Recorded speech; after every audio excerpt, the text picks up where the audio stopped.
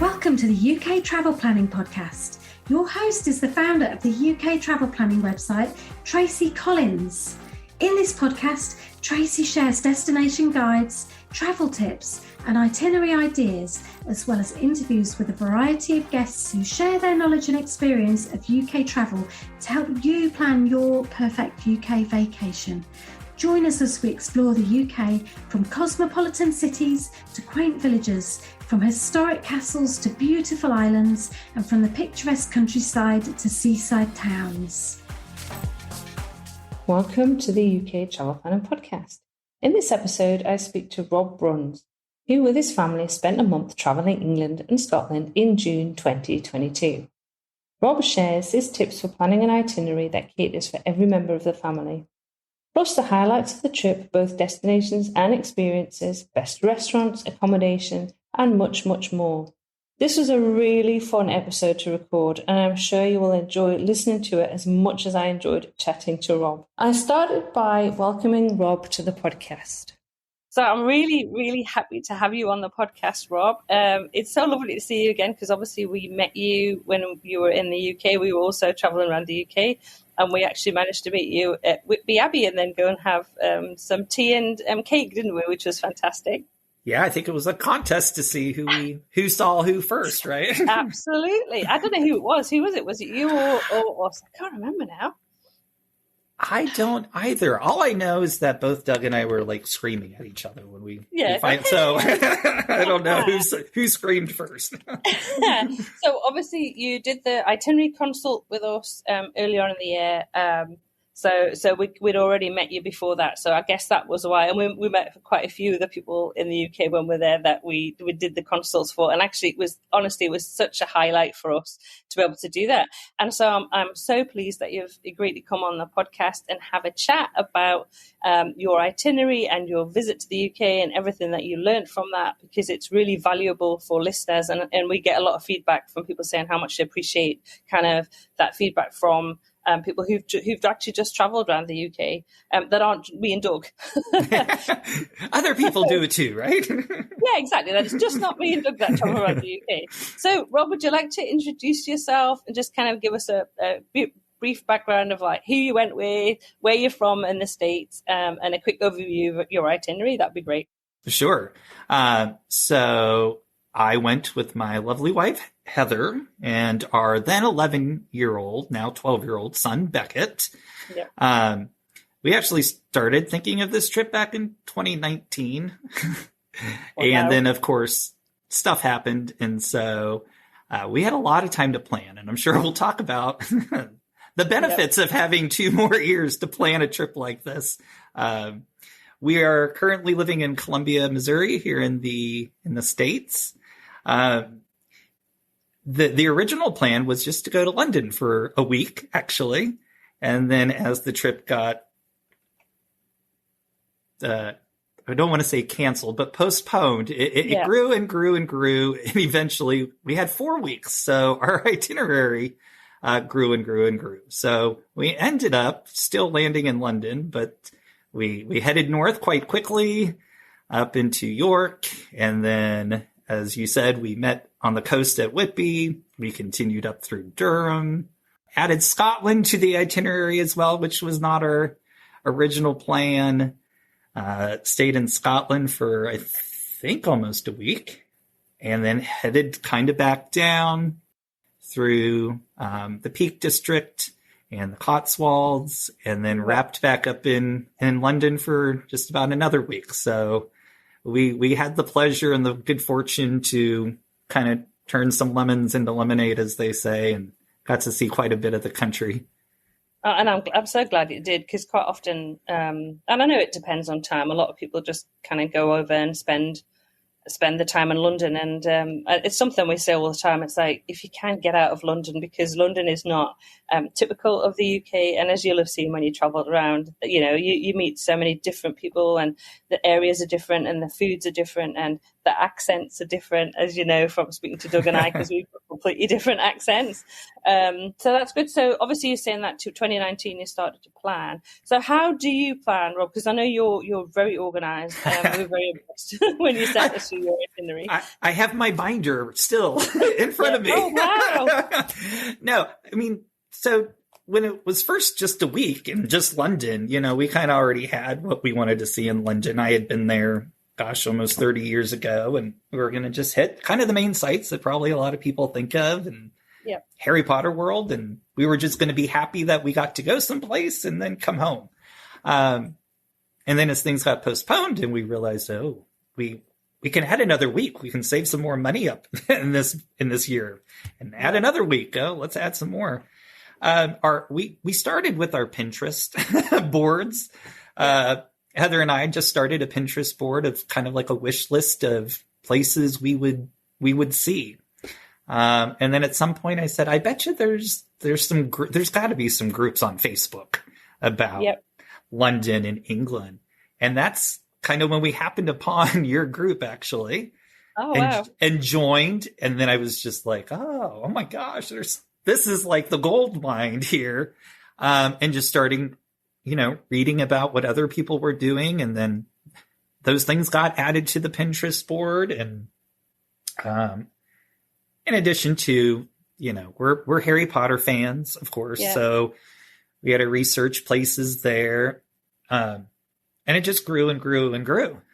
We've got quite a few, and obviously we've got the website, which I know you came across as well, and from the group. And we've put loads of Harry Potter stuff on because we just know how many people absolutely, they go to the UK and they really want to see all those Harry Potter sites. And when we spoke to you as well, I knew that was something that you'd really wanted to do. And I guess that kind of leads me into, because you were doing all that planning. And we often get asked this, like, how do you choose? And I'm honestly, Doug and I had this same issue because we were back for 12 weeks. And obviously we've been to most places, but we sat down and like, okay, we've got 12 weeks. Where do we want to go? So for you guys, how did you choose where to visit when you were going up to the UK? Bearing in mind, there's so many fantastic places to go to. Yeah, well, I just saw somebody on the group, I think it was about a week or two ago, somebody had posted kind of a similar topic about, they got a map out and we're using the little kind of sticky note arrow things to kind of stick it around. Because, being from the US, where our country obviously is much larger, the first thing I didn't understand was, in relationship to where I live, how big is really the UK? How far away are really places? How long does it take to get from point A to point B? And so after we had our, giant Pinterest board of the gazillion places we wished we could go to, then the next step for me was I bought a map, a very large map that took up the whole kitchen table. And I started, with a pen and pencil and a Sharpie, starting to research, okay, where is actually this place? Because I really didn't know in relationship to other places. And I started just circling, labeling, and going, oh, okay, well, that one place I really want to go is completely far away from everywhere else. Like, we would have loved to go down to St. Ives. We would have loved to gone down to Dorset and checked out the southern coast. But as you start plotting it out on the map and you start thinking about how much time you actually have and the miles between, it kind of starts to materialize visually on what's really realistic and what's going to be too much to do. I think that's such a good point, because it's really easy to try and to think that the UK is small and therefore you're just going to try and cram too much in, and you can end up spending your entire time in a car. Yeah. Even just thinking about the places, because obviously we were up in Scotland and we went up to the Orkneys and we were right down at Land's End, but did the whole end to end. But, we divided that up because also the driving can be quite stressful in terms of some of those roads in Scotland and some of the roads in Cornwall. I mean, I didn't do the driving, I like to do it, but are pretty stressful because, there's single roads, and you've got to know to, you've got to watch out where there was lots of lambs and things on the road when we were there in May. I have to admit, I loved the driving. Yeah, well, that's really I know everybody's like, you did. That was one of my favorite parts. And I mean, I think I'm just strange that way. Yeah, but I loved it. It's really funny because, like, it really weird. Like, I'll drive on the motorways, but I'm not too keen on those kind of country lanes. So I did kind of let Doug do most of the driving. I think I did some in Northumberland because I'm familiar with Northumberland. Mm-hmm. I certainly don't want to drive in some of the larger cities. That would not be for me. And I know it's amazing. I mean, the fact that because obviously you drive on the different side of the road in America, yep. So a lot of people get absolutely terrified about the thought of driving. So did you do all the driving? Or did Heather do some? I did all the driving. She was ready in case of emergency to take over if she had to. But no, I mean, I was worried. I mean, you read the occasional horror stories of tourists over in the UK having, getting into accidents and worse. And so that, my mission was I wasn't going to be one of those people that was going to be on the news. And I did oh gosh, what's the name of the virtual driving program? I did do that. Yes. And that, I will tell you, that worked for me. Like after I did that a few times, like it was very interesting how my mind kind of like just made that adjustment. So I totally recommend using that. That kind of put me at ease. That's really good to know, actually. And I'll feed that back to John because we talked, that was in podcast 11, I think, where I talked to 11 or 12, I should know, when I talked to John from Tripriama. And that was exactly the point of why he came up with that whole concept, was to particularly prepare North Americans for, the driving in the UK and on other destinations in Europe. And that's really good to know that was such a positive, positive for you to and I think preparation is the key. It is. Yeah. Well, and several people recommended, don't pick the car up in London. Which no, we didn't. Absolutely don't. Took the train to York, picked it up in a smaller town, drove around the neighborhood. After we picked the car up, I kind of practiced. We went to Sainsbury's out in the suburbs. Did you get a manual or did you get an automatic? Oh, automatic. I think I could have done the manual, but less stress. It makes it a lot easier when you've got an automatic. I mean, I'm used to an automatic, and a couple of times we ended up with a gear stick, and I was a bit nervous with that. But Doug managed really well and went back into, because we have an automatic here in Australia, so it was a bit of a leap. Even though we drive on the same side of the road in Australia, it was still that leap to. So that's something I do recommend. If you are planning to drive around the UK and you're from North America, is that if you're used to an automatic, you make sure that you book an automatic. Stay absolutely. With it. Save your money up and get the automatic. Pay the extra. Absolutely. Absolutely worth it. So we know that you didn't only drive around, you also took the trains. And obviously when you were back, there's been some strike action in the UK. There's still been strikes. There's still strikes this month in October. So obviously that throws a bit of a spanner in the works. So how did you adapt your plans for that? Well, I think whenever you're traveling, one of the keys, at least in our family, is always, the traveling is the fun. I mean, it's the experience. You got to enjoy the experience, whatever the experience may bring you. Yeah. And so we kind of just looked at it as, okay, it's a challenge. We're going to figure it out. And so, keeping abreast through your guys' Facebook group, just watching the news and just going, all right, well, what's our other alternatives? And so we hired a car to get from, I think it was towards the end there. So it was Oxford to London. We had a train booked and got the email. It was canceled and it was a strike day. And we're like, okay, well, can't take a train. What are the other alternatives? Cars, taxis, buses. And I kind of booked all three to hedge our bets. I mean, you just kind of have to roll with it and go, well, definitely. So we had bus tickets. And at the same time, we hired a car to drive us there. We stuck with the hired car because we didn't want to lug our luggage. Yeah. And, you always try to budget for those kind of emergency situations. And you kind of go, okay, what do would you rather luggage on a bus for X amount of hours or spend 100 pounds more and be able to get there in 2 hours in the luxury of a car? And you make those trade-offs. So absolutely, just like everything else in life, it's a trade-off, and you just got to roll with it. You have to do it, and I think you just have to be flexible, because sometimes, expect the unexpected sometimes. I mean, Doug and I we went to Highclere, and we were supposed to be handing our car back that morning and getting the train to Highclere. And actually, the problem was it wasn't that there was a train strike. It was just that it was 42 degrees. And my mum, who we were going to meet at Highclere, decided it was going to be too hot for her. So they decided not to drive down. So we were going to be left with no transportation. So we just ended up having to go back to the car hire place, extending the lease of the car. It cost us a fortune, and then dropping it off in Birmingham Airport rather than we were going to drop it off in Exeter and get the train. So you just have to come up with, okay, this is plan A. We can't do it. What's plan B? And that's what we're going to go with. Yeah, you're just going to know it's going to happen. Something's going to happen. Exactly. That's it. So when you chose accommodation, you stayed in a variety of different places, and we Yeah. Would you like to talk through some of the accommodation options that you chose? And was there any kind of ones that stood out? Absolutely. I mean, I think originally back in 2019, I was mostly looking kind of through booking.com.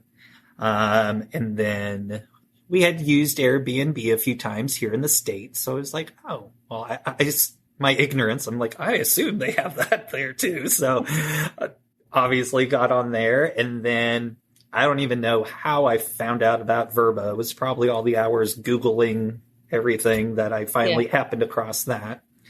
And so we did stay in, I would say probably 3 or 4 times was a Verbo, 3 or 4 times was an Airbnb. We had boards. You can make boards on there too, just like Pinterest. And oh my gosh, I had dozens of boards, and I would share them with Heather, and I'd be like, oh, look at this one. And I mean, again, we had 2 years to look at Verbos and Airbnbs. So, and we canceled a lot over those past 3 years too. And then I also, we knew we wanted to have some unique stays. And so again, just Googling, our big kind of wants or desires were, can we stay in a castle? Can you do that? And so we Googled about that. I always wanted to, I've watched a couple English shows about the Yorkshire Dales and farming. And it's like, oh, wouldn't it be cool to stay on a farm? Let's Google English farms and see what's out there. So a lot of it, again, was just spending that time researching.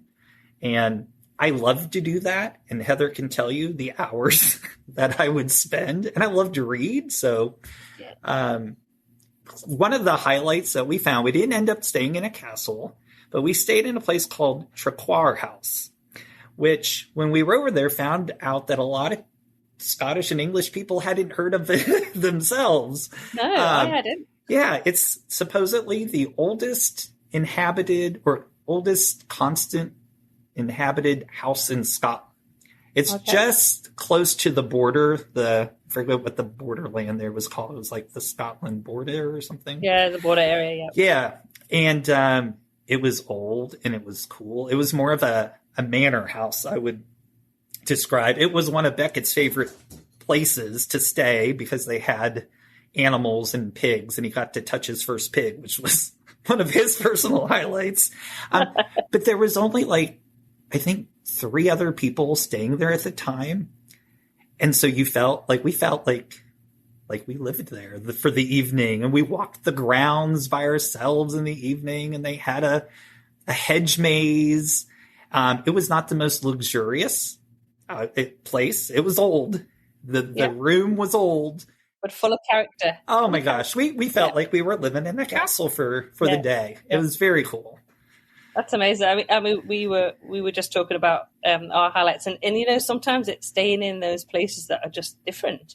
Yes. We stayed in a glamping pod in far north Scotland. I wanted to do that. It was fantastic. We loved it. And then we stayed on a shepherd's hut on Bodmin Moor. I saw that. Cornwall, which was fantastic, and those are the memories, aren't there? Those places that you stay that just have that little bit more character to Yes. them. We really liked staying in bed and breakfast. And because in meeting the local people and enjoying the full English or the full Scottish breakfast. Not that I do that every day. Not necessarily do like walking. I'm more an afternoon tea kind of person. Yes, we got hooked on that there too. Well, I guess we could have a chat about that then in terms of your favorite foods when you're over there. What did you enjoy trying? There's nothing we didn't love. I mean, this is just kind of our philosophy as a family when we travel. We get just as excited about, going to a new restaurant and sitting down and having that kind of experience as we do going to the little Sainsbury's on the corner and walking around the supermarket for, an hour just looking at the stuff on the shelves. And tonight we're going to eat in. What can we find that we've never seen or had before? But, we did try the haggis up in Scotland. Yes. And all three of us loved it. You have to try it. Yeah. We say that to everybody because it's like you got to try it and people go, oh no. Once you know what it is, people go, oh no, I'm going to try it. You just don't think about it. No, don't think about it. And honestly, we go to Edinburgh. Every time we go to Edinburgh, we go to Macca's Mash Bar. I love. Oh God, we love that place. Yeah, we went there because of you, and it did not disappoint. It was great. No. That's what I said. Everybody, you've got to go to Macca's Gourmet Mash Bar and just have the haggis there because it's my favorite, absolute must do when I go to Edinburgh. Yeah, it was great. Well, and Beckett, the markets in London, we fell in love with Camden Town. We definitely that was the place for us to stay. I didn't know it when I picked it. It was kind of on a feeling, and we absolutely loved that area. And we must have been down to the Camden markets, 3-4 times to eat. Borough Market, Beckett claims that was the best mac and cheese he's ever had in his life. Well, you can't go to either of those markets and leave hungry. Oh my gosh. Yeah. I mean, I could just stay in the markets. Yeah. I know. It's like the problem is when you go, it's like you're just trying to choose. It's just trying to choose. What do I choose? It's overwhelming. I mean, it is overwhelming at the beginning. I mean, Heather, the first time we went to Borough Market, was just like, because it's busy. And then just the amount of stalls and halls and little nooks and crannies. And you're like, well, what do you want to eat out of this gazillion choices? Exactly. How do you choose? Oh, yeah. How do you choose? Well, next time we're going to do a food tour of Borough Market. That is top of my list when I'm in London to go and do that because I think we did a food tour when we were in Paris with Devour, and I've never done a food tour before. It was something that was on our list to do, and they invited us to go and do a food tour of the Latin Quarter in Paris, and it was one of the highlights of our trip in Paris, and so.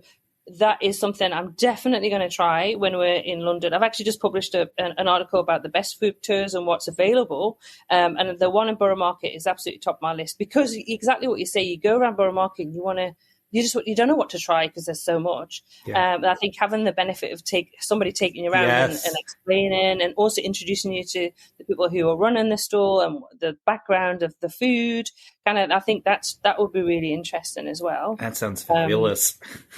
Yeah.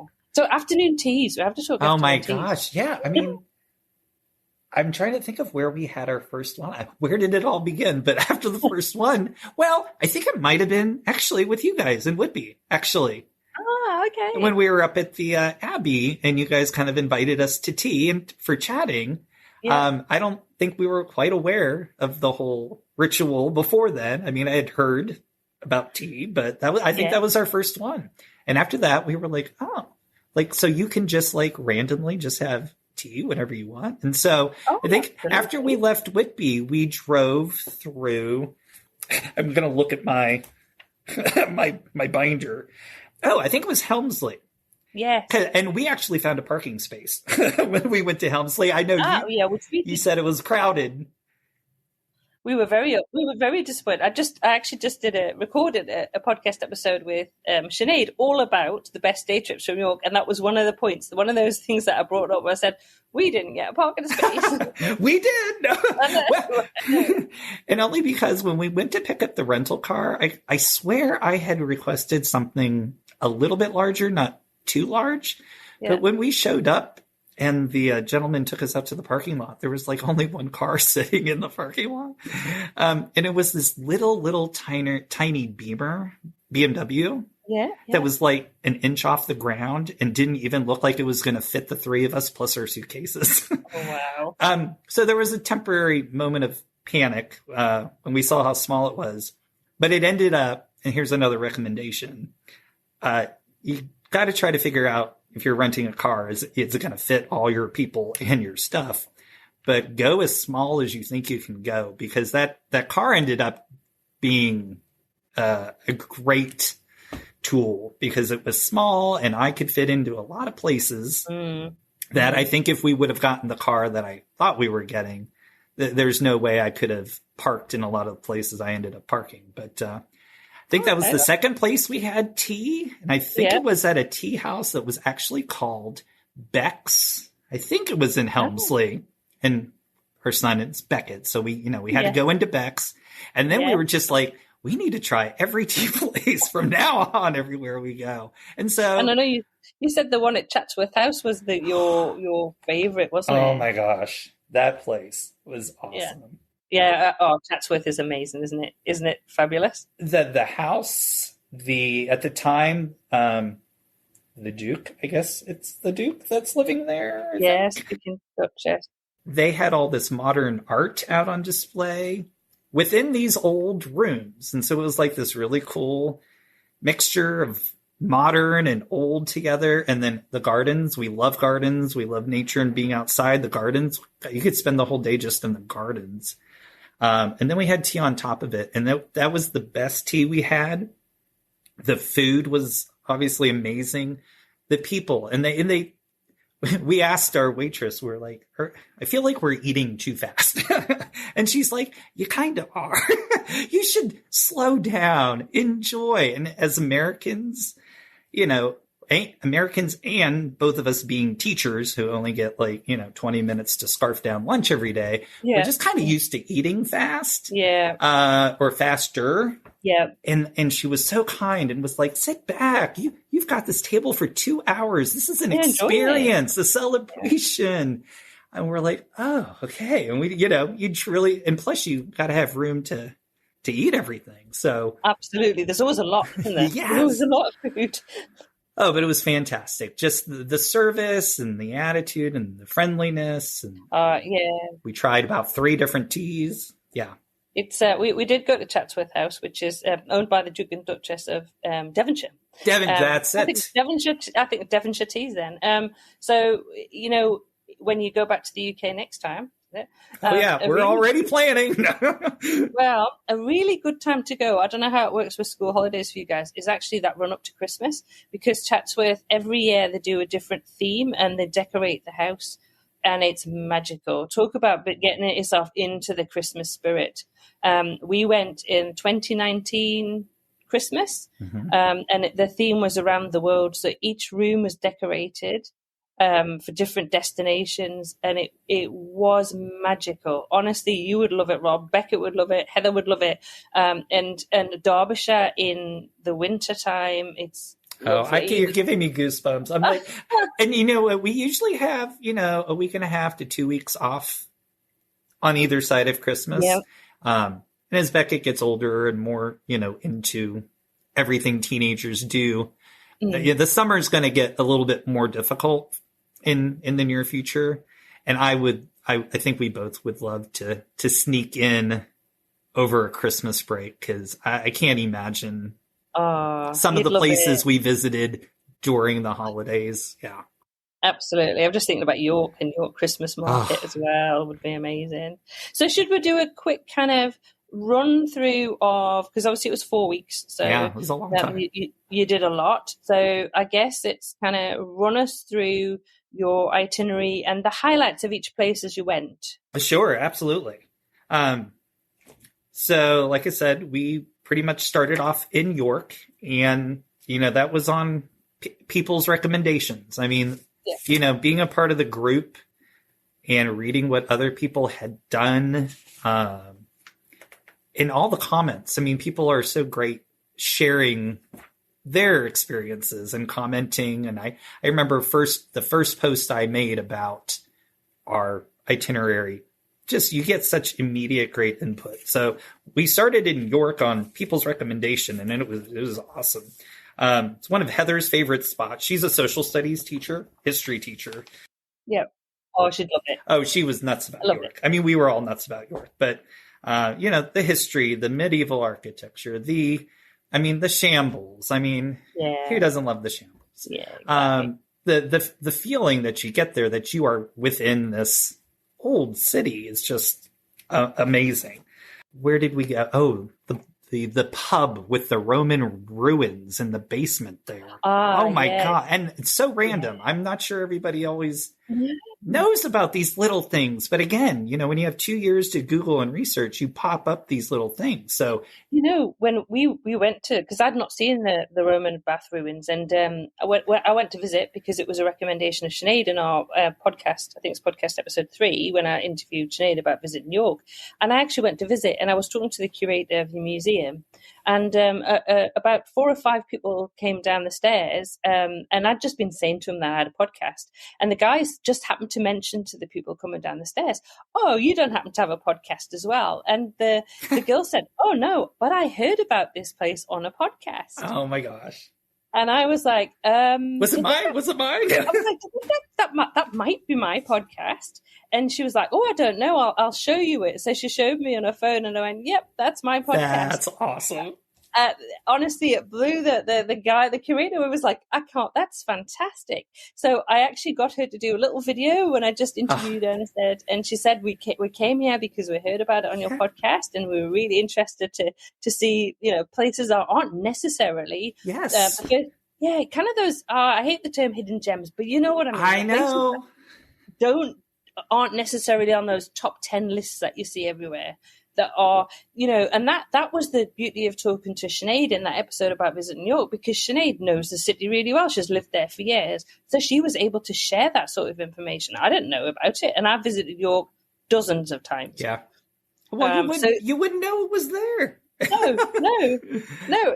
Did you go to the House of Trembling Madness? Oh, we did. Oh, we certainly did. Yeah, we went up to the back room. Yeah. And we had ourselves some platters and some cider, and what a cool room up there. I mean, every time we went someplace, we're like, we cannot believe we're here. This is like a movie set, or it's like Disneyland, but this is real. Like, people live here and do their daily lives here.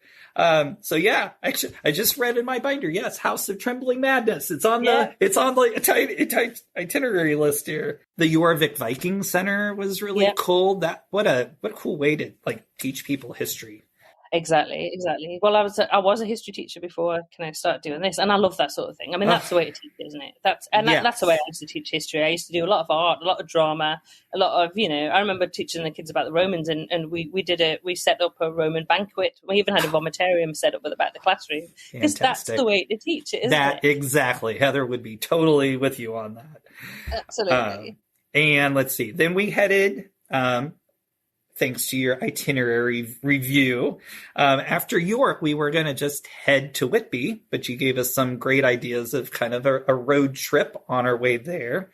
And so we kind of skipped Knaresborough and Harrogate at the time, but we did hit them on our way back down later in the trip. Yeah. But we knew that Helmsley. Yeah, Helmsley. It was a Friday, and I think you had alerted us to maybe that it was market day or something. And so we went there and went through Pickering. Thornton. It was a public holiday. That was the Jubilee weekend and the school holiday. It was, Yeah. So it was busy. So it was busy. Yeah. But we loved it, because we were just like, oh, we're part of the hustle and the bustle and all the excitement. Thornton Liddell, because there was a thatched, and here's another random thing. I think Heather there's kind of an iconic picture of a thatched house in Thornton Ledale. Yeah. I knew nothing about it. She showed me the picture. I'm like, okay, I'm going to find out where that is. Let's go see that house. I don't know where it is. Saw it on the map, realized, oh, it's along our route. Let's go stop and see it. We stopped in town for, I think, half an hour, took a little walk, found the house. It's along this lovely little babbling brook, sat down on the bench. There's other, I think, locals hanging out in the grass, and we just sat down and, pretended we were one of them and just enjoyed a nice little break there. So we did a lot of little stops, even between the big stops, which was fabulous. And sometimes those are Thornton Ledale is always one that Doug recommends because because of that house, because it's so beautiful and you've got the brook. And again, it was because we were there. I think we were kind of following. I think we were that day because I kept seeing your Facebook post. Yeah, because I think we were like kind of behind each other, and it was a beautiful day, and there was kids playing in the brook, and it was lovely. Rather than that I'm going from A to B, you might as well. There's so many places between A to B to stop off on. Stop and see what's going on. You can always decide, well, there's not much going on. Jump back in the car and keep going. You don't have to stay there long. And that's also one of the advantages of visiting in the summer when you did visit is obviously we seem to have daylight forever. Oh my gosh, that was so weird.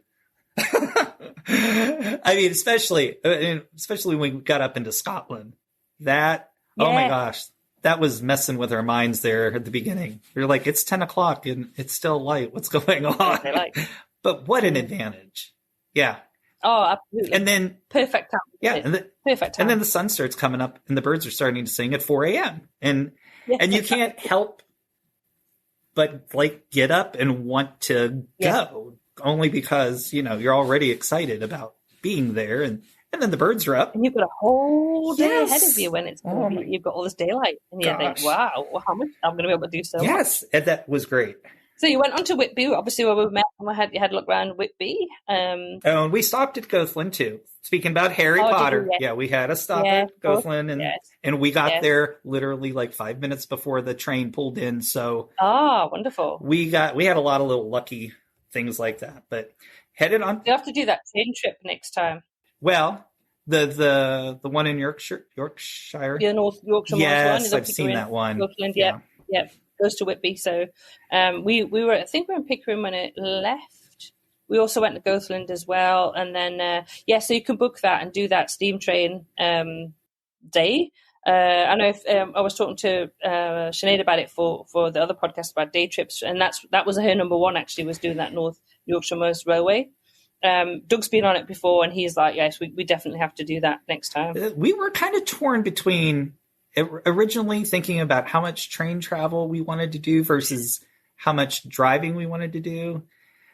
I love the fact that we decided to do a lot of driving because we went to a lot of random places that I think probably most people don't go to. Wouldn't have gone to. But we also love trains.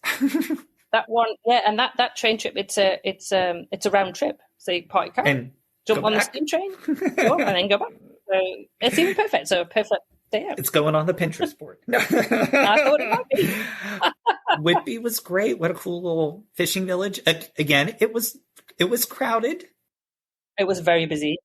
But again, we kind of liked the crowds. We don't mind the crowds. So it made it exciting for us. Did the Abbey is beautiful. Our first fish and chips at the Magpie, thanks to your recommendation. The Magpie, yes, you were at the Magpie at the same time. Oh my God. I think that's when I really kind of made a scene when I walked up the stairs and saw you and I was like, there they are. Yeah. But that was our first fish and chip experience. I know there was a post earlier on Sunday about your first fish and chips or best one. And we had 5 or 6 of them and they were all, all good. I saw that. I did see that you tried quite a few. The Magpie is kind of so famous, and it was the fish. I mean, I love the fish and chips. I'm not a massive fish eater, but I really enjoyed it. I enjoyed the food there was really good, and because it's just so famous as well. It's one of those have to go to the Magpie when you go. Yeah, and you kind of have to, I think, balance. Finding those, like you said, hidden gems or off the beaten road, but then go ahead and try the more the famous, well-known things Yeah. too. I think trying to find a balance. There's a reason why they're so famous. That's what I was saying. There's a Exactly. So that's it. Then we drove up the coast. We are avid seashell hunters and beachcombers here in the U.S., so it was important for us to hit some beaches. So we went to Seaham. Is that how you pronounce it? Yeah, Seaham. Went to Glass Beach and Seaham Beach and found some sea glass and some really cool rocks. It's very famous for it. Yes, Yeah. It was a freezing day with wind and but we loved it and just spent a lot of time on the beach. Had afternoon tea there again. Of course. And then we headed to Durham. Heather believes, and we still need to do more research, but Heather believes she's got some distant relatives. She does have a little English on her side of the family. And so we had done not as much as we wanted to, but we wanted to go to Durham for that reason. And also more Harry Potter locations at the cathedral, right? I think it was. Yes. Which was really cool. It's a lovely city, another very historic and quieter. Again, I think compared to York, it was definitely more peaceful and slower. So it was kind of a nice change. Yeah. So at some point, where was the bookstore you guys had recommended? Was that after Durham? Okay, that's it. And Alnwick.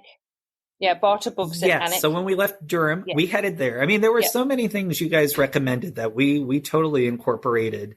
And we all love books and reading. And Beckett, oh my gosh, he could have spent more time. He bought himself some books from there. And so thank you for that, because that was another cool off the beat thing. It is. And Barter Books is, it's located in what was the old Victorian railway station. Yes, with a little train going around.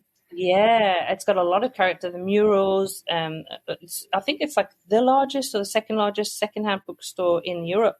It's also worth eating there, because the food at their cafe is always really tasty, and you get to sit in booths like you're on a train. So that's really cool as well. We didn't do that in the waiting room. Yeah. So that's really, and also, if you're going back in winter, they have the fires going, in that first room when you walk in. So you can sit down up with a book. Yeah. Well, and it was cool to be. You don't want to be like among the regular people, but, you feel like you're trying to assimilate into, the culture. It's not a touristy place. It's just normal people going about their lives and you're hanging out with them. So we like that a lot. We did go to Alnwick Castle again, Harry Potter connection. Yeah. Alnwick Castle. Yeah. What a cool castle. A little on the hokey side, a few of the things there. But, I understand why. But, Beckett and I took our broomstick flying lessons. And you did Harry Potter stuff. It was cool. If you're a Harry Potter nerd, you cannot pass it up at all. So we were glad. And then we headed up to Edinburgh, which never was on our itinerary at the beginning. And in fact, I think we kind of added it late. And we thought, I'm glad you did. Yeah. Oh my gosh. What again? Like how could we not have done that? That was my first experience of driving in a large city. It was rather scary because there was lots of construction going on. They're ripping up some of the main streets to work on the trolleys or.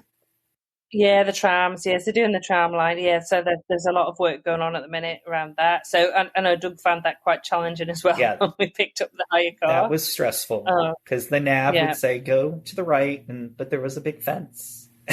Yeah, you could exactly. It's like, what am I going to do? We went around in a lot that was of a bit where I had to do a lot of navigation to help Doug with that.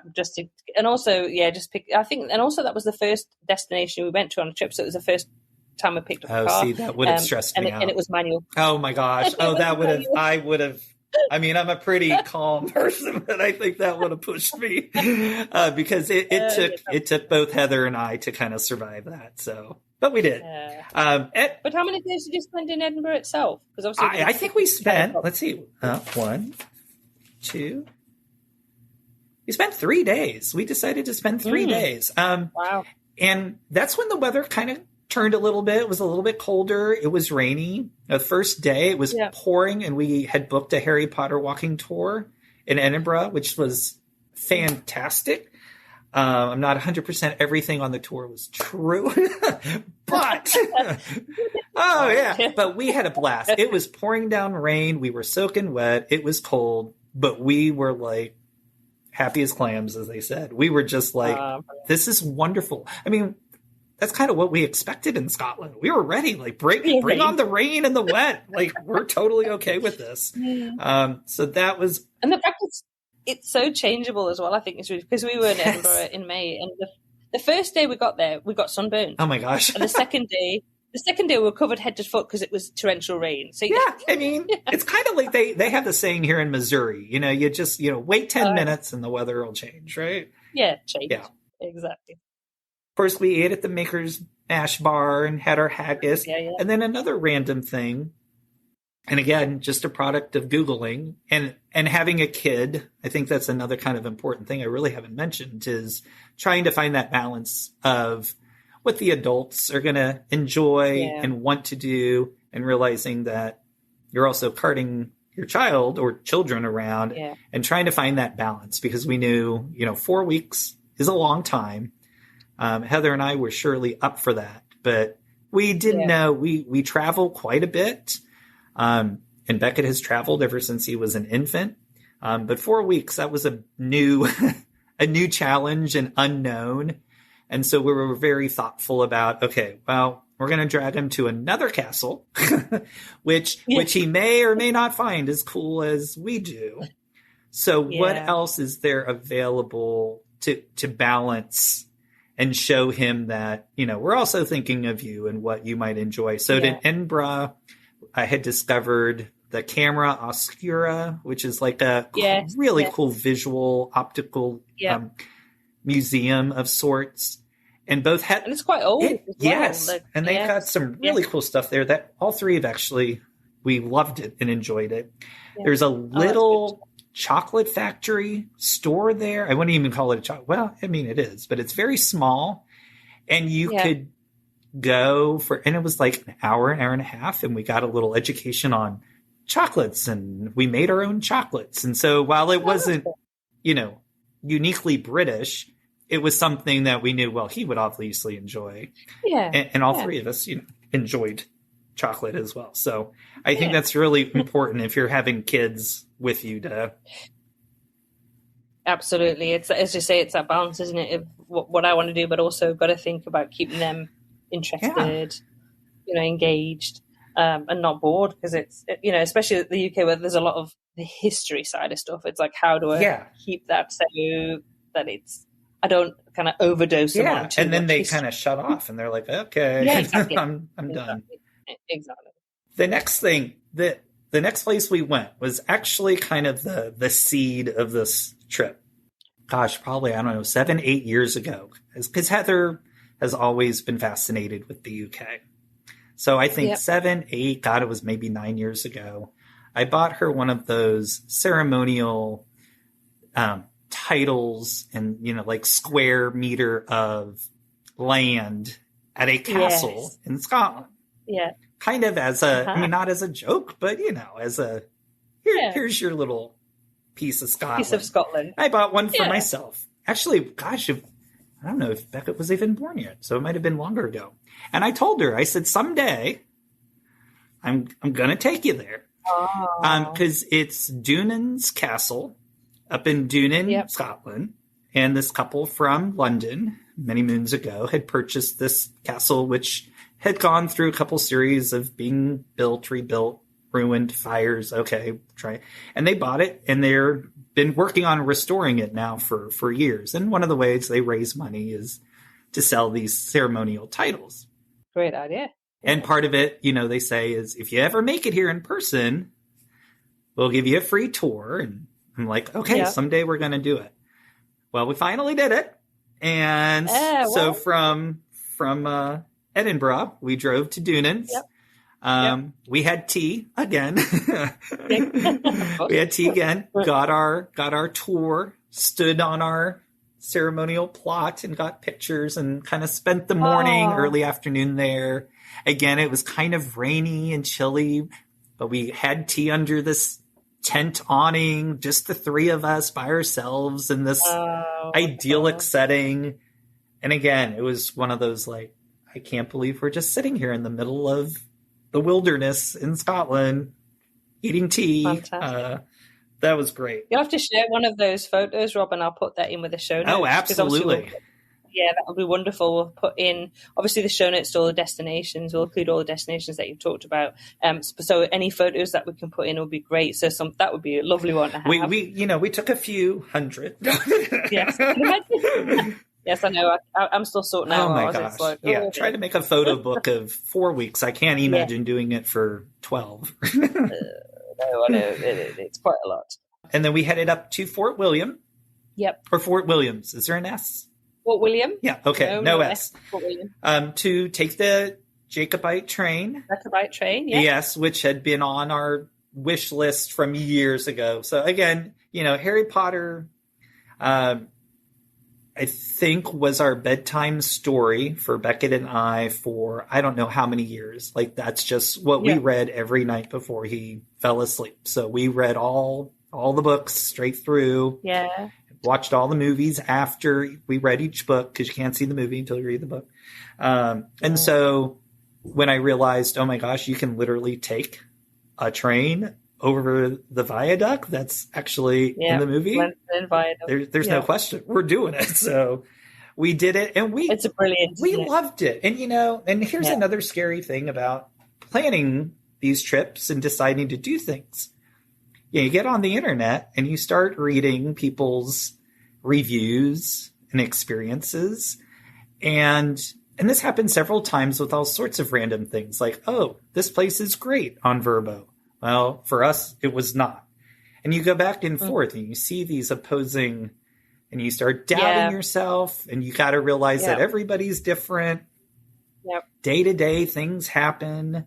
But I'll tell you that we had a fabulous time on the train trip. It was great. It is a steam locomotive. So yes, it's going to smell like a steam locomotive. Absolutely. I would read the comments and people are like, it smelled. I'm like, well, they are burning coal. That's it. It's a steam train. It's going to, and that's that sound. Oh, the sound, the smell, everything. People, you got to realize that's how it works. Exactly. That's how and you go over the Glenfinnan Viaduct. You get that fantastic scenery on the way to Malig. Unreal. Then you come back. You stay a couple of hours there, and then you come back, and then you could do what Doug and I did. I don't know if you did this. You might have done. Jump in your car, and then we were going to. Yes, we were going to, and I forget why we didn't. But you had recommended it, and it was on the list to do. But Malik was great too, and I think the Vrbo host had given us some pointers about. As soon as you pull into the station, jump off the train because there's going to be everybody else is going to jump off the train at the same time. And it's a very small town and there's not a lot of places to eat. And he gave us a recommendation. I wish I could remember the name. If I looked on a map, I probably could find the name. But we jumped off the train and we headed straight to another fish and chips place. Yeah. And sat down, had a great lunch, had time to visit. They have like another Harry Potter little store there. Yes, they have. Which was very cute. We're always trying to find, do they have anything new? But it was a great little stop and visit. And then the train trip back, trying to find different scenes from the movie of the island where Dumbledore was buried. And, it was fantastic. And we brought snacks. You have, they serve you tea. Yes. But we went to good old Sainsbury's and we also stocked up on absolutely Mr. Kipling. Is that the right? Oh, yes. Oh, yes. Cakes. Oh, yeah. Little Battenbergs and little Bakewells. Yep. So you can bring your own food, which is great. We took some Bertie Bott's oh, God. Jelly no. Beans. Yes. Did you get a boogie? We did. And then, and I think I got earth and I got dirt. I think. And Doug got sick. The vomit one. But it was really funny because there was obviously the two of us sat, and then there was two couples sat on the opposite us on the floor, and we were sharing it. We were sharing them with them as well. It was really funny. It's like, let's see what we've got. I think I got grass bit too often as well. I don't know. I love the smell, but not the taste of grass. But it was kind of like, we're on here. We have to do it. We have to do the Bertie Bott's experience as we're on the train. train, like pretending we're going to Hogwarts. That's awesome. Well, you made me think of another thing. You know, the people that are there around you. I have to tell you, everywhere we went, people were so friendly and kind. And then when they heard us talk, were so fascinated by our accents, which just cracked Heather and I up because we were fascinated by all of their accents. But, you know, if you sit on a certain side of the train, sometimes your view isn't as great. And, we had just lovely people that were like, oh, no, come over, lean over our table, come hang out with us so that you can get a good view. And people just loved to talk to us. And we loved to talk back, both being teachers. And so I think that's one of the things. I know you're going to ask me, like, what are some things that surprised you? And I think just the overall friendliness and welcome that we felt literally everywhere we went was just that's fantastic. Lovely. That's lovely. Yeah. Then we headed to Glencoe, of course, after Fort William. Oh my gosh. I want to go camping there and hiking there someday. What a gorgeous area. I think Glencoe is probably for me one of my favorite places in the entire world. I could see that. Is. I've got Scottish heritage, and I don't know what it is about that area. There's something about that area that just speaks to me. And yeah, I actually read somebody the other day was we're talking about reviews, and said how I think they'd done one of those quite busy day trips up to the Highlands of Scotland. And they kind of were saying, they weren't very impressed by the scenery. And I was like, did you go through Glencoe? Because I cannot think I've ever spoken to anybody who hasn't gone to Glencoe and been really a bit lost for words. Yes. No, I mean, the Scottish Highlands, and Heather will say the same. I mean, and my hairs on my arms are sticking up. That place is, like you said, there's something about it. It is magical. I think I've heard people talk about the Scottish Highlands and the magicalness of it, the way the plants, the ferns that grow on those hills sway with the wind, and it looks like the hills are like alive. It was like you're in a movie, like you're in the Lord of the Rings, and like there it is. I mean, we did not, what was it? Is it the Co River? Is that what it's called that goes through there? There's some river. Will be, I think. Beautiful river. And just, we got to go back there. It is really nice. And then you can do that drive, the James Bond drive, the Grenadine drive. That was another thing that I wish we could have done. Yeah.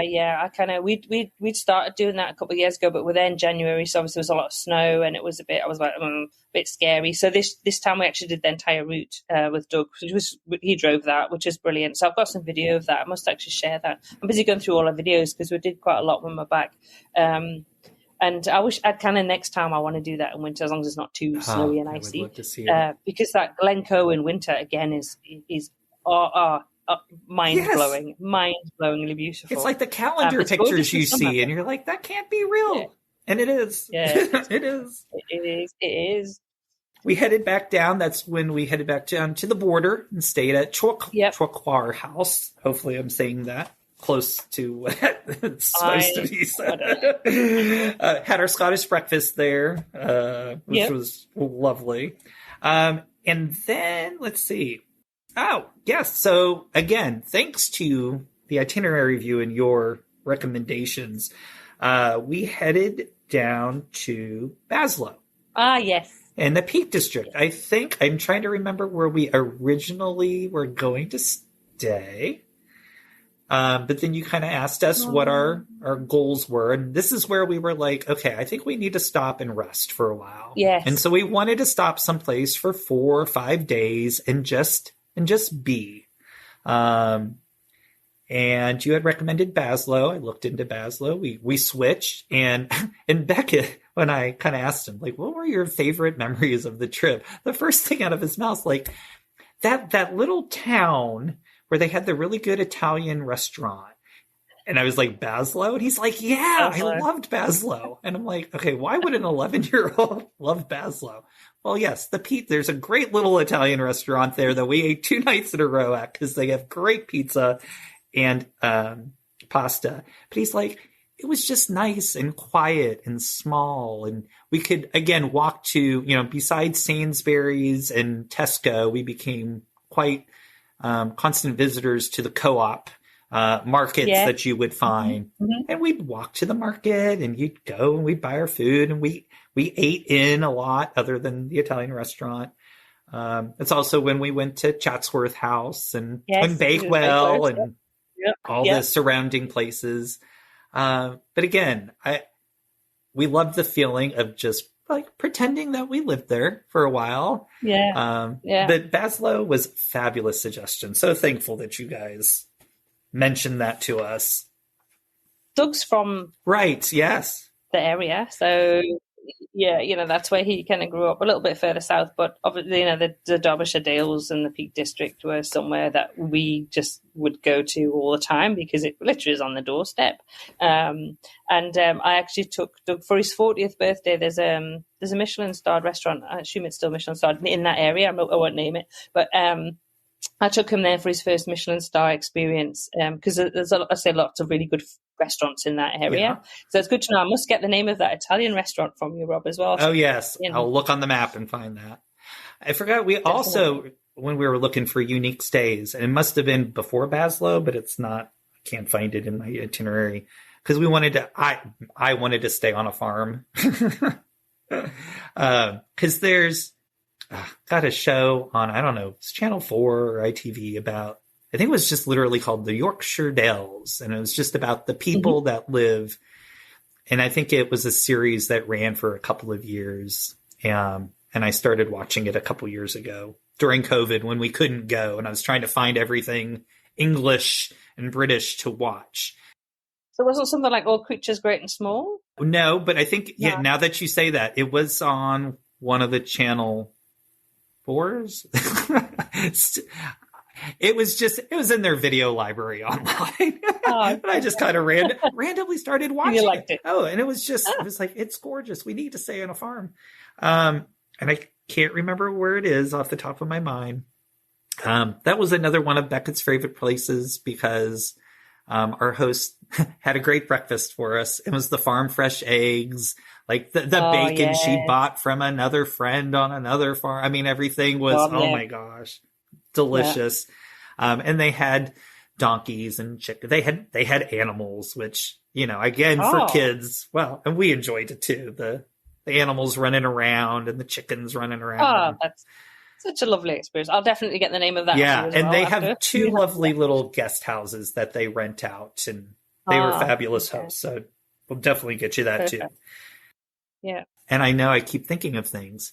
The Tanner Inn, the highest inn in Britain. Oh, yes. We went there too. Yeah. Wow. You really did get around. We did. Well, I saw all these things on these shows and I'm like, we're here. Let's go. Absolutely. Include them in, Yeah. And we drove talking about the sheep in the roads. And we were the only car for a really long time on this windy road going up this really tall hill mountain. Weren't really sure we were going the right way. And it almost, the landscape was so interesting because we were in kind of pastures and woodlands, and then it got very barren at the top. It was so cool. Yeah. And then the inn just showed up out of nowhere. I think that road might be one of the roads that gets shut in the winter. Yes, because they had a snowplow up there. Yes, exactly. Yep. Yeah, that's what I'm thinking. Yeah. And we just randomly walked in and ordered a couple ciders, sat down for, I think we were there for maybe 30, 40 minutes. Yeah. And we were like, oh, well, we got to get to the farm. And we left. But it was just so cool again. We walked in and all the heads turned towards us because I think they kind of realized, and then we started talking like, okay, why are these random Americans all the way up here at this inn, But But again, very quickly, everybody was friendly, and it was a cool experience. There's going to be far more random Americans going to those places now after this podcast. I know. Go to the Tanner Inn. You can say you were at the highest elevation inn in Britain. I mean, how cool is that, right? Exactly. And then we stopped at Knaresborough, like you had mentioned. I saw the beautiful bridge viaduct. The viaduct of the train, yeah. Yep. Yes. Knaresborough, yeah. And I think that's another location of Betty's tea room as well. Is it Knaresborough? Or no, Harrogate. No, it's Harrogate. I was going to say not in Knaresborough. So they're near each other. Yeah, the Harrogate Betty's, I believe, is the original one. And then there's one in York. And I think there's one in York and there's one in Harrogate. But I think the one in Harrogate may be the original one, the first one. So we went to the original. Yes. And I'm sure Sinead was telling me that it's won an award for one of, if not the best afternoon tea in the UK recently. Cool. So, and it's one of those. If you go to Harrogate, you go to York, you kind of have to go to bed. Yep.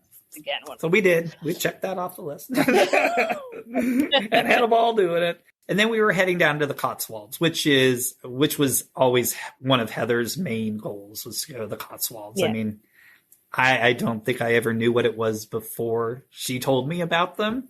But we stopped in Stratford upon Avon before on our way there and did Shakespeare and all that, which was cool. And then, the Cotswolds, like a lot of places, trying to figure out, where do you want to stay? That's tough because there's so many gorgeous places there. I don't know if you can go wrong. I know I read a lot about, different villages, and this is more touristy. This might be more busy. We did end up staying in Burton on the Water. Yeah. We loved it. I know some people said that they thought it was more touristy nowadays, but it's where we stay. Yeah, I found it lovely. It's basically, you can't go wrong. We've given a kind of breakdown to this village suits this person, or this town suits this person. It depends what you want. But honestly, I just think, we just say you can't really go wrong with the Cotswolds because it's such a lovely area. And it's so close to the villages. You can go visit other villages. We walk. We did walk. I said after I researched it, I'm like, oh, we've got to walk. Like that is a thing you've got to do in the Cotswolds. And I found an app. I think that was literally called Cotswolds Walk. Yep. That was free. Our host also left a little, looked like an ancient little pamphlet about different walks. So we had both. And we walked out into the wilderness, into the pastures and random farmland and woodland areas. Just the three of us, hardly saw another soul. Walked to Lower Slaughter. Had ice cream at the old mill, which was fabulous. Yes. And then walked back. It was so lovely, and I think a very English thing to do, to go take a walk in the countryside. And then the next day we drove around and visited some of the other Stow on the Wald and Bibury. Yep. We went to Cotswolds Lavender, which was could spend the whole day there. Yeah. Had the lavender ice cream and took lots of pictures. Yeah. Again, we could have stayed there forever and been perfectly happy. I think there wasn't a place that we could not have just spent the whole time there and have been happy. I mean, I'm so glad we saw a variety of things, but not one place disappointed.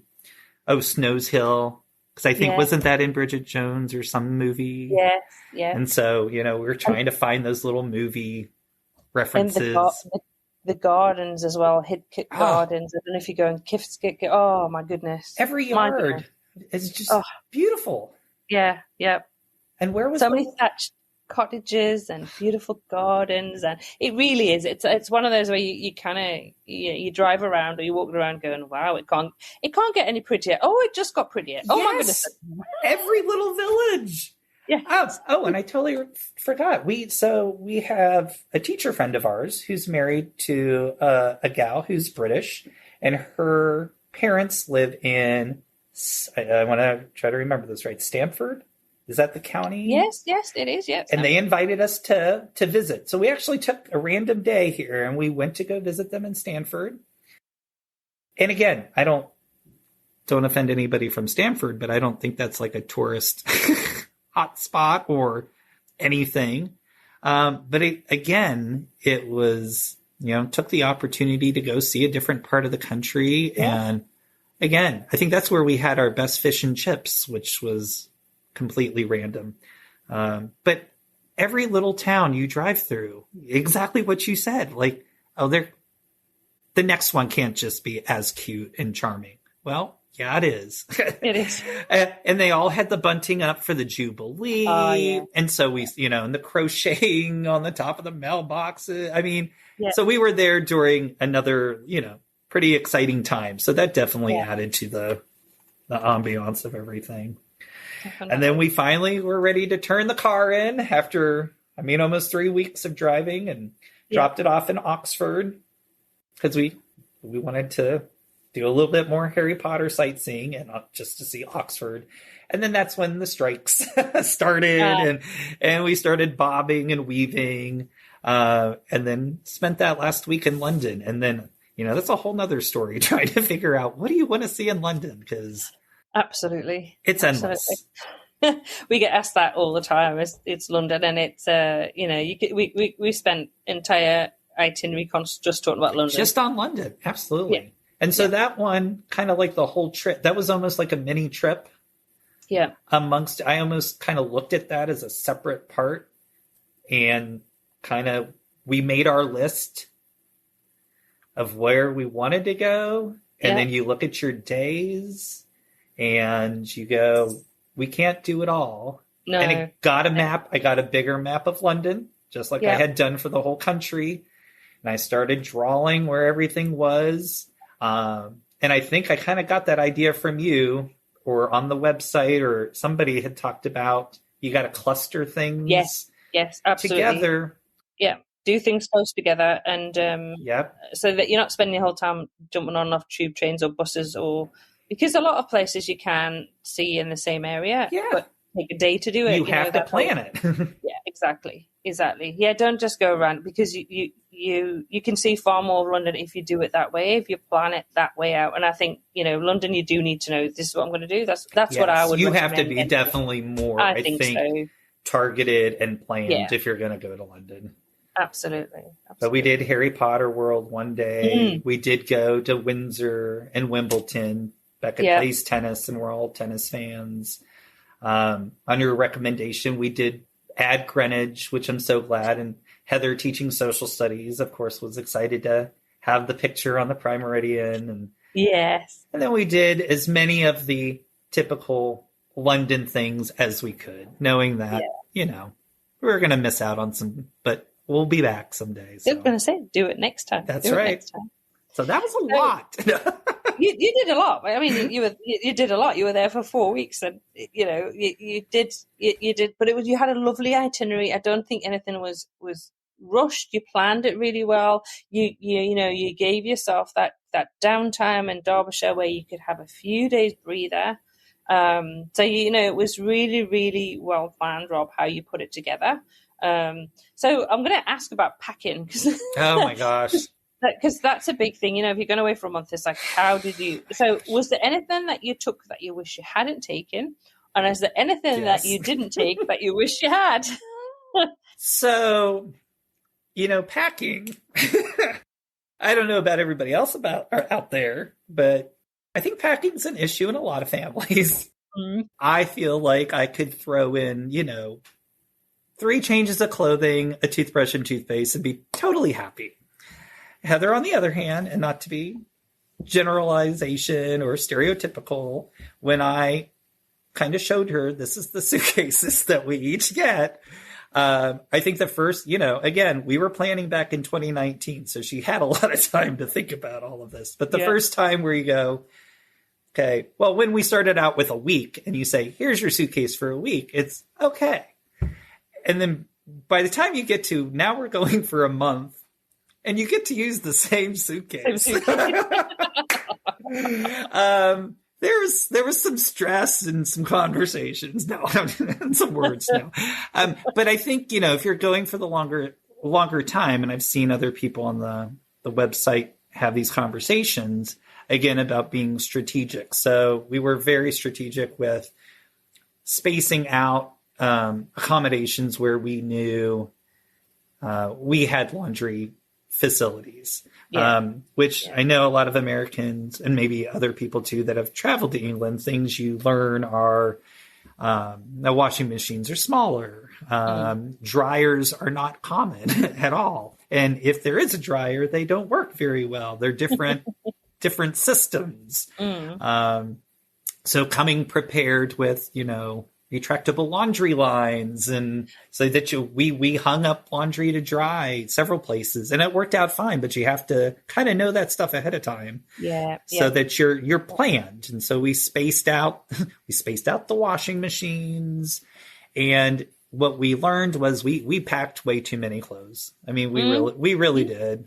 And I think it's just that I think we brought less than we originally thought we needed, because we were like, we can wash clothes. It's going to be okay.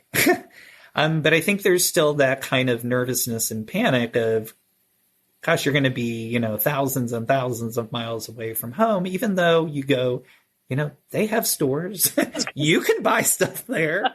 I still think that security of I'm going to bring everything is hard for a lot of people. So in retrospect, I think we all were like, yeah, we didn't need that many socks, pairs of underwear, you don't. And you get used to wearing the same, who cares? You're not staying any place very long. Nobody knows you wore the same sweatshirt or hoodie for 4 weeks. Exactly. Too many pairs of shoes we brought too.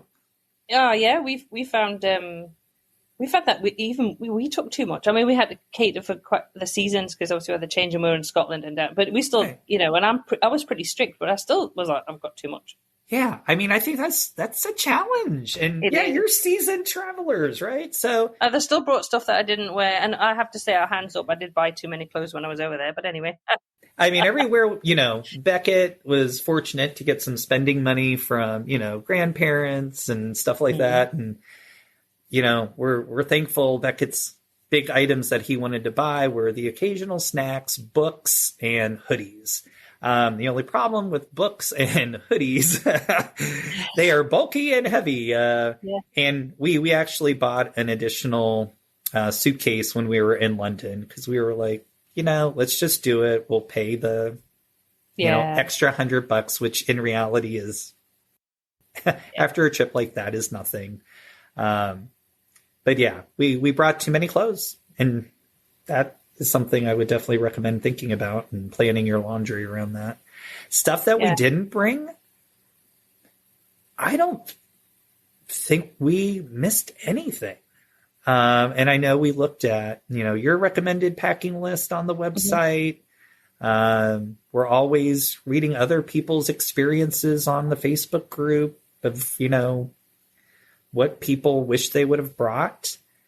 We were prepared for Scotland and the weather. We all had rain jackets and, we knew layers were the way to go. Absolutely. I just think we brought too much stuff. We brought a flashlight and just, all these just little random things that you're like, oh, well, what if we need? What if we need? And again, I think it's hard for you to kind of sometimes let go and then realize if you really need it, you can buy it there. You can buy it at Sainsbury's or Tesco's. And toiletries too. Expensive. Yeah, exactly. Yeah. Toiletries, yeah, absolutely. And how fun it is to shop where you're traveling and try stuff that is new.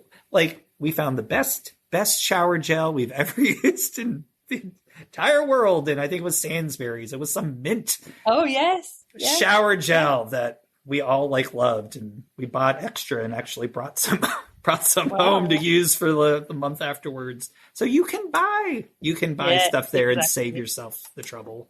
Exactly. So you kind of touched on this before, but I'm going to go back to this. Was there anything that surprised you about the UK that you didn't expect? I know you mentioned about the friendliness of everybody, but the driving, because I've read many times how nervous people are to take the risk of renting a car and driving. And, everybody knows themselves, so whether you can handle it or not. But I would definitely say, if you feel like you're a confident driver wherever you happen to be in the world, I would say go for it, and you can do it. I felt like the driving there on the, oh gosh, what's the word? Carriageway? Is that the word? Oh, yes, motorways. The motorways, yes. Yeah. I was amazed at how well they worked and how, people with the passing and getting over, that doesn't happen all the time here in the States. Okay. People were I was surprised by the courteousness. And the roundabouts, I thought, oh my gosh, I'm going to roundabouts. I was going to ask you about roundabouts. Where's the bumper sticker on the back of the rental car that says American on board? Excuse me. But I only got honked at once, and I'm sure I made more than one mistake in a roundabout. And people I don't know. I'm 52. I've driven a long time here in the States, and I felt that people were very tolerant. Oh, that's good. And I don't know if that's, people who live there, if that's really their experience or not. But as a foreigner, I felt you can only kind of reflect on your experience. Yeah. Can you? That's it. So that that's surprised good me. To know. And I think that's kind of reassuring for those people who are kind of, nervous about the thought of driving. Like I say, it's that preparation is the key. Yep. Prepare yourself for it. Go make sure if you used an automatic, you book an automatic. All those things that you can do to prepare yourself, and just go for it. It's a great way to get around the country. I mean, we love traveling by train, and we do a lot of train travels around the UK. But the reality is, that's without the train strikes. But the reality is that there's just some parts of the country you can't get to unless absolutely. You've got a car. So next time, because I know there's going to be a next time, Rob, is there anything you would have done differently? Anything you would have planned slightly, you would have changed, or were you happy with everything as it went? We were ecstatic with everything, and again, as I see people planning their trips currently on the group, I think we benefited from having 2 years to plan. Yeah. Our itinerary took so many twists and turns and revisions, even before we met you all and had the itinerary review. I mean, prior preparation, right, prevents bad performance. And so as much reading that you can do and research and be willing to be open to changing things if you find something new and different. And then I think having that whole attitude, and probably was somebody on the Facebook group, or maybe it was even you guys that just said, you don't say goodbye and you don't have regrets. You just go, the next time we come back. Yeah. And maybe there will be, and maybe there won't be. But no, we have no regrets whatsoever. That's brilliant. That's excellent. And it was lovely following your trip, I have to say. So there's one last question I'm going to ask you, which is what I always end the podcast with when I have a guest, is what is the one tip you would give to anyone planning a trip to the UK for the first time? Oh, that's tough. I would say read. I just say that the preparation, read and research. And I think I was kind of forced into that initially because of the postponement and having the time, unfortunately, during COVID. But reading and, watching shows and documentaries about the place that you want to visit. I mean, Netflix and online, you can find so much. And reading about the history. I mean, even Beckett got into the history of England. I mean, having that instead of I'm going to London, I'm going to go see the stuff in London and da-da-da-da-da. Wanting to be immersive and learn about the place, learn about the culture. I think that's what made it more meaningful for all three of us, instead of just saying, oh, we're going to go to London for a week because we had a little extra money and we're going to go do this. And that's what initially it was, to say that we went to England, we took Beckett to some place, different and out of the country. And then because of misfortunes and then fortunes, it turned into something much more than that. So again, we're lucky that kind of happened and we were forced to do that. But taking the time, find out about the place before you get there, learn as much as you can, and it'll be much more rich for you. And I've got to say, Rob, we've been so fortunate that you've agreed to come and chat about this today, and share how how it went for you, how you put together the itinerary, all of those experiences that you had, and just listening to you. It's just lovely listening to you talking about your trip. It really is, and I can't wait to go back next year, and I hope that we'll get to hopefully maybe meet you in America. I don't know, but definitely, you're welcome anytime, Missouri. We've got room for you. Well, hopefully next year that'll be good. I've got my fingers crossed. But I just want to say a huge thank you, Rob, for everything that you do in the group as well, and helping people out and offering, sharing your experiences and knowledge, but also coming on the podcast today and sharing it. We really appreciate it. This has been a brilliant episode, so thanks very much. Oh, it's my pleasure. It's fun to relive it. We want to keep that memory alive forever. So thanks for letting me spend a little bit of time, I think a lot of time, talking to you about it again. It's fun to see you and talk to you again. And we now have friends, English friends, who are now in Australia. And so glad we got to meet you guys. Absolutely. No, brilliant. So thanks again so much for this. Rob, brilliant. Once again, thanks to Rob for sharing his knowledge, enthusiasm and experience of travel in the UK. You will find links to all the places and destinations mentioned in this episode at uktravelplanning.com/episode 18. If you enjoyed this episode, please leave us a rating and review on your favourite podcast app. We have tons of UK planning resources and inspiration over on our website at uktravelplanning.com, where you will also find information about our popular UK itinerary consultation service. As Rob also mentioned in this episode, he is a member of our private UK and London travel planning Facebook community. If you're planning a trip to the UK, why not pop over and request to join? Lastly, we would like to thank everyone who supports our work, including via the Tip Your Guide button, which can be found at the bottom of each page on the website. It really means the world to us. That just leaves me to say, until next week, happy UK travel planning.